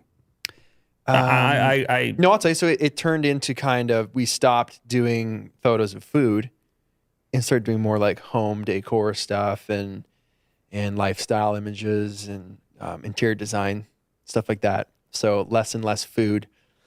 And then it just became more of her thing. She's an interior designer. So it just kind of didn't have a place anymore. Oh, okay. Yeah, that's all. So the account didn't get deleted, it just transitioned into something changed into else. something else, Oh, yeah. okay. Yeah. All right. That's fair. Yeah. That's cool. Yeah, no, the reason I was asking you is because I like food. I like food I and I eat like, it. Go ahead. go ahead. No. I'm saying that like the long lost project that hasn't happened yet, I would love to do something in food, but I don't necessarily want to make the food. I just want to eat the food. I would watch that. That's all I want to do. Yeah. Just want to get the food, eat I would- the food, I would talk love- about the food. I would love to be like the co-host of a show like that, you know, Okay. like Jimmy Fallon, like looking over at, you know, the Roots and being like, just those confirmatory responses and remarks. Oh, nice. I would like to be that guy for your show. Yeah. I mean, I think it's just, it's sort of similar to what, like from a formatting perspective Yeah. to technology products, but actually the reaction is stronger. There'll be times where I would eat something and I'd be like, listen, we're going to need to take a minute here and talk about this. Yeah. What just happened to me? We're going to have to discuss that. Are we starting another channel? Oh man, I'm starting 300 different channels. You see, this is the problem right here. And then we're saying like, oh, the worst thing about me is I'm saying yes, I'm doing it. Blah. Oh man. But yeah, no, food is one that food's really cool. But there's also so many great channels, food related channels that are out there. I think what makes look this at this. cool This though. dude just made a 6-hour double cheeseburger. You know what I'm saying? Like Willie Dude just had to open the main page. But I think what makes it fun is that people, they like your reaction and personality to see that applied to something like this. There's got a lot of potential for that and reaction specifically. When you go off on something, it's a good time.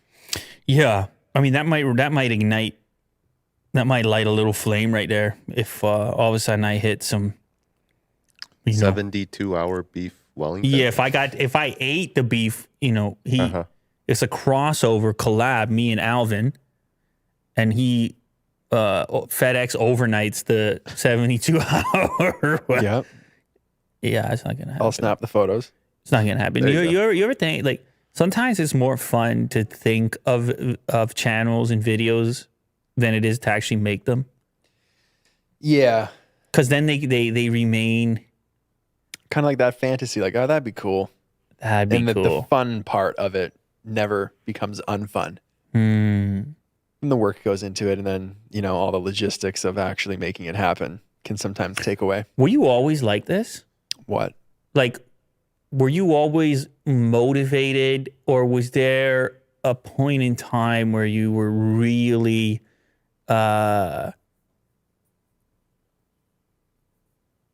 like couldn't figure out what you were going to do next? What did you have a stage in life at a particular age where you weren't doing much, or were you always rapid fire I was always pretty rapid working? fire. Dude, I had my first job was for the Garden Brothers Circus, washing the elephants and selling snow cones. I'd ride my bike there. I feel like I've been to that circus. You probably have. Right. The entertainment giant. Holy cow. Yeah. And what it age was- would that have been? I wasn't even out of public school. Wow. Might have been grade 7. That sounds way more exciting than I'm pretty sure it's delivering newspapers. Pretty sure that's illegal. But Oh, right. yeah. Not back then. How can they How pay old you? are you? Can they pay you when you're that small? I'm guessing it's cash too, right? They Oh, gave yeah. you, Yeah. Oh, they yeah. gave you free tickets to come to the circus whenever you like. Yeah. I saw that show so many times.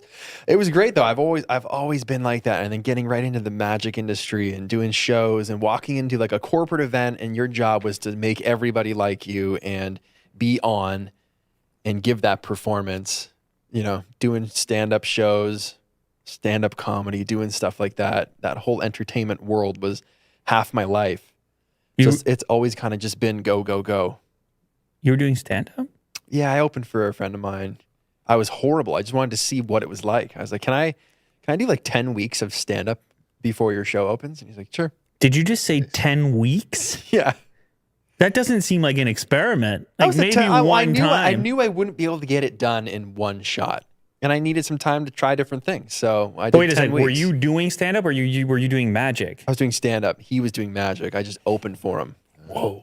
Just trying to figure it out. Some days I'd plan things. Some days I'm like, I'm not going to plan anything. I'm just going to show up and see what happens. And then one night something would go great, and I'd apply that to the next night. Nothing. It's like fascinating. Started reading some books on comedy, and then quickly realized this is an avenue that requires a lifetime of skill, or a very, very, someone who's just A lot of discipline. naturally funny. Oh, right. And, or and that. you're just meant for this. Sure. I was like, this isn't something I'm just going to read in a book and be able to do. But yeah, I've always been in that entertainment field. So go, go, go for the most part. Always had different ideas of how I wanted to make money. I knew that the ultimate goal was not have a boss. What age did you realize that? Almost immediately. I went through so many jobs just to be stepping stones to get to where I am now. Like every type of retail job, every type of restaurant job, every type of landscaping job, just like a means to continue supporting my passions and do what I want to do. And then it got lucrative. Then it got into, Yeah.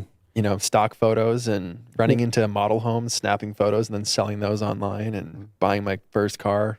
Well, and that makes me think about YouTube, how YouTube really changed things as far as social media was concerned by connecting some economy to it. Yeah. Like by integrating that partner program to it. Because when I started on YouTube, like I said, 10 years, there was actually no way to make money. Oh yeah. Like Didn't exist. It was 10 like years, it was like a lot of other social media where the feeling was that if you could cultivate a following, then opportunities would arise. But there was like no baked in consistency to something like AdSense, right? There was no model for that. And then when the partnership program started rolling out, like I won't forget the moment when like my channel became real, accepted to that program, at which point it's like, okay, this is a job now. Oh, this is real now. This is real life. Like you could say, and it would probably be funny to look at what stage the channel may have been at that moment. Yeah. You started in your living room too, right? Who didn't? Yeah. Who didn't? Yeah. Especially then when I was doing, I actually had a whole, maybe like a whole year where the studio was my master bedroom closet. Can we see Lou in his living room? You have Checking out his you have million basement. You playline. You have so many different stages of. Look at that. 10 You weren't even look on at these, camera. Look at these thumbnails, no, bro. and just to say, actually, when you see the 10 years ago on it, do you know what I mean? Wow. Like, you're not used to seeing double digits No. on the upload date. I'm not used to seeing such budget-looking thumbnails from your channel. That's what 10 years will do to you. Yeah. Do you remember those would have just been screenshots probably from the camera, right? You weren't taking thumbnails. Actually, the ability to upload a custom thumbnail was non-existent unless you were accepted into the partner program. So did you buy like a little light tent where you'd put the mouse inside and snap a photo? I had all kinds of different gadgets over the years. Different scenarios. Wow, look at you. It's crazy, man. That's a bedroom. That's a master bedroom converted. So I had to explain to everybody. Look at my shirt. Look at my T-shirt. It's like a worn out. That's a company that my brother used to work for. That's insane. What's in the container underneath the display? I'm just kind of thinking like Snacks. Community guidelines now. Let's not get into detail. Anyway, Like we don't need to spend too much time here. But it's cool though. It's cool going back and seeing it. Actually, what I think is significant about that era is that you could get views on content that wasn't produced. Yeah. Like to showcase the supply and demand difference and how the ecosystem has allowed the progression of the type of content. Because a lot of people think, well, certainly when you talk about the likes of Google and Facebook and all the whole internet that's ad subsidized, because Apple recently has got real vocal about your privacy and tracking and things like this. But I try to imagine an internet where there was no money to be made, where there was no ad subsidy in the first place. Like, it would have been very difficult for me back then to make a profession out of this with no partner program, which of course relied on pre-roll, which is like how Google gave away Gmail or whatever else it might have been. And there was nobody reaching out 8 years ago to say there was no way to have this job outside of that system existing. And now a lot of other social media has sort of copied it. And certainly people, as the space has matured, have found ways to create businesses that don't necessarily rely on pre-roll in the way that they would have at that point. But this was the type of justification necessary to stick with it. That at some point you had to get paid something for it to keep doing it, or to invest resources into it, or to potentially hire people, or to potentially upgrade equipment, grow it in any fashion, in any way. Yeah. And we just take for granted the professional internet now. Like the reason that it all isn't just a forum, a giant forum. PHP BB forum. Like we may have some nostalgic kind of feelings about that and long for it, but in reality, like the internet was terrible. There wasn't much to it. It was Napster, GeoCities. Angel Fire. Oh yeah. It was not a lot going on. Remember that? If you Yikes. just subbed in the 10 year ago or 2010 internet on us today, I mean, people wouldn't be ready for it. Back to the circus. Yeah, let's go sweep up. You got that paper route still? Let's go sweep up. So it's like, I don't know, there's a bad rap that goes with it, but I'm telling you right now, pretty much everything that you watch online that is of a particular standard or has progressed in such a way has done so off the back of these programs existing as a place to publish stuff. Like, look at all the other social media. They didn't pay you anything. Instagram, you have these hot Instagram accounts. Yeah. I mean, I know you can sell sponsorships and things now, but you're supplying all this content. But the company, yeah. And the value generation is mostly for the platform. Like, it didn't have to be the way it was on YouTube. Because I don't know about you, but like in the early days, the AdSense was the thing. Yeah. Yeah. When I started, it was already there, obviously, because I'm only been doing it half the time you have. Right. So I didn't have to go through having a channel that wasn't monetized. Publishing. And I hadn't even chosen to make it. Okay, so see that puzzle? Like Chris Ramsey, that short right there? Oh, yeah, there you go. 1.4 million. He was doing that while we were on the phone trying to come up with a title for my short. And when he was finished, he's like, by the way, while we were doing that, I filmed and uploaded a short and it's got 1.4 million views in the time it took you to make a title. I I feel was like, like, what? He's like, the worse I make them, the better they do. I'm like, Oh, I'm like, I no. gotta get a thumbnail. He's like, no thumbnail. He's No like, I thumbnail. upload it, I spit on it. I don't 40 even, it's seconds. over. the more you try, Yeah. the worse it is. That's bad for someone like me because like that's what I do. You try. The production value Stop is trying, what would I you? like. I couldn't upload something without a thumbnail. I just couldn't.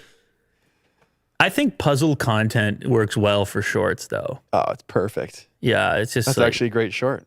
let's watch the short right now. Oh. Newton's gravity-defying puzzle. Is there audio to go with it? Yeah. Play the audio, Will. Oh, okay. My bad. But here's the catch. You can't touch the brown cylinder. You got to take the red piece out. Okay. You can try using your hands all you want as long as you don't touch the brown cylinder. And even with really sticky hands, it doesn't work. There's actually only one way to get it out of there without cheating.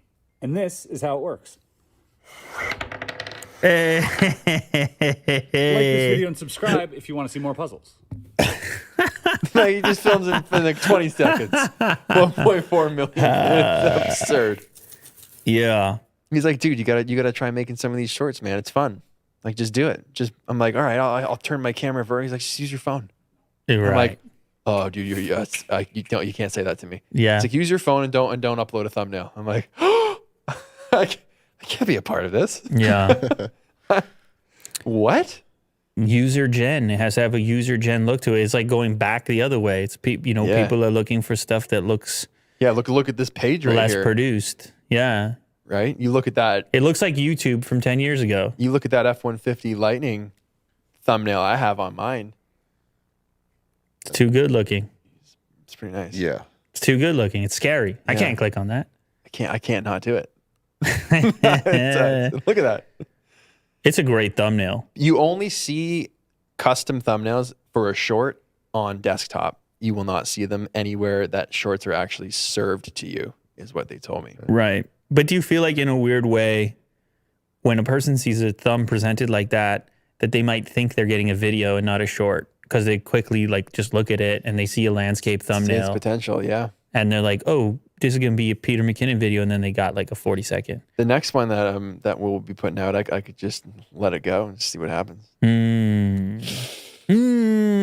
Just cringe just thinking about it. Yeah. Well, I don't know. Listen, I don't know what's going to happen. I don't know where things are going to go. I know that I'll be here for a bit. I think you will be too. I would agree. I just have one more thing for you What's that? before we get the hell out of here. Yeah. What would that be? What do you want to say to the people out there that have supported you and helped you get to this point? And what do you want to say to the people who you just met? To the people that support me, you've got my, which camera do I look at? This one? Is this Hot Ones? No, right here, right here. Obviously, yeah. I mean, you can't do this. I can't do this with Lou laughing at me. Thank you. You can't do it without the people. You can't do it without the people. So thank you for your time. It's the most rare commodity that we have, and I'm thankful that you give it to me. So appreciate you. And for the people that are just tuning in, let's go. Pumped. Lovely. Watch some videos. Watch some shorts. Let's hang out. Oh, thanks, by the way. Let's do it again sometime. Yeah. Thanks for having me. Oh, I haven't moved in like 2 hours. I have to go pee. This is what bending I'm feels not about like. to race anybody there. I'm going Yeah. pee first.